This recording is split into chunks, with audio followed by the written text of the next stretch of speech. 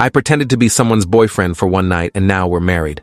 I was sitting at a bar downtown on a Friday night, minding my own business and nursing a beer, when a woman I'd never seen before walked up to me, grabbed my face, and kissed me. Not a peck. A full kiss that lasted 3 seconds and tasted like wine and desperation. She pulled back, her hands still on my shoulders, and looked me directly in the eyes. "I'm so sorry," she whispered, "but I need you to play along, please." Before I could ask what the hell was happening, she turned around and smiled at a couple who'd just walked up behind her. "Mom, Dad, this is my boyfriend, the one I've been telling you about." Her mother was a stern-looking woman in a blazer who looked me up and down like she was calculating my net worth. Her father was tall and broad-shouldered, wearing an expression that said he was ready to interrogate me about my intentions. I should have said something. I should have told them this was clearly a mistake, that I'd never met their daughter before, that I was just a random guy at a bar who'd been ambushed by a kiss. Instead, I heard myself say, "Nice to finally meet you both. She's told me so much about you." The woman's grip on my shoulder tightened in what I assumed was gratitude. Her mother's expression didn't change. "Interesting. She hasn't told us anything about you? Not your name, not what you do, not how you met? Nothing. That's because I wanted it to be a surprise," the woman said quickly. "I knew you'd be in town this week and I wanted you to meet him in person rather than just hearing about him over the phone." Her father crossed his arms.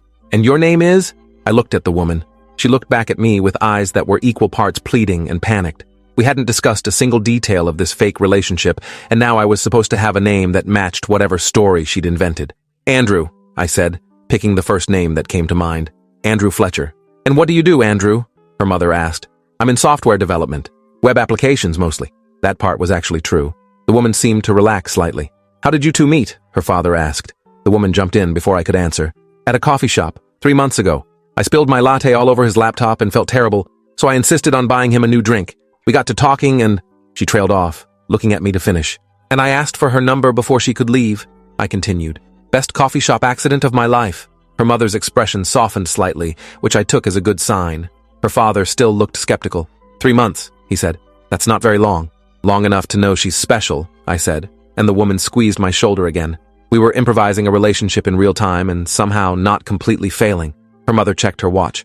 "We have dinner reservations in 20 minutes. I assume you'll be joining us, Andrew?" My beer was still half full on the bar behind me. I'd been planning to finish it, go home, and watch basketball. Now I was apparently going to dinner with strangers while pretending to date someone whose name I didn't even know. "I'd love to," I said. The woman finally released my shoulder and took my hand instead, interlacing our fingers like we'd done this 1,000 times. Her hand was warm and slightly trembling. We followed her parents out of the bar and onto the street. The moment we were a few steps behind them, she leaned close and whispered, "Thank you. I'll explain everything. I promise. And I'm Sophia, by the way. Andrew, but you already know that because I just made it up in front of your parents."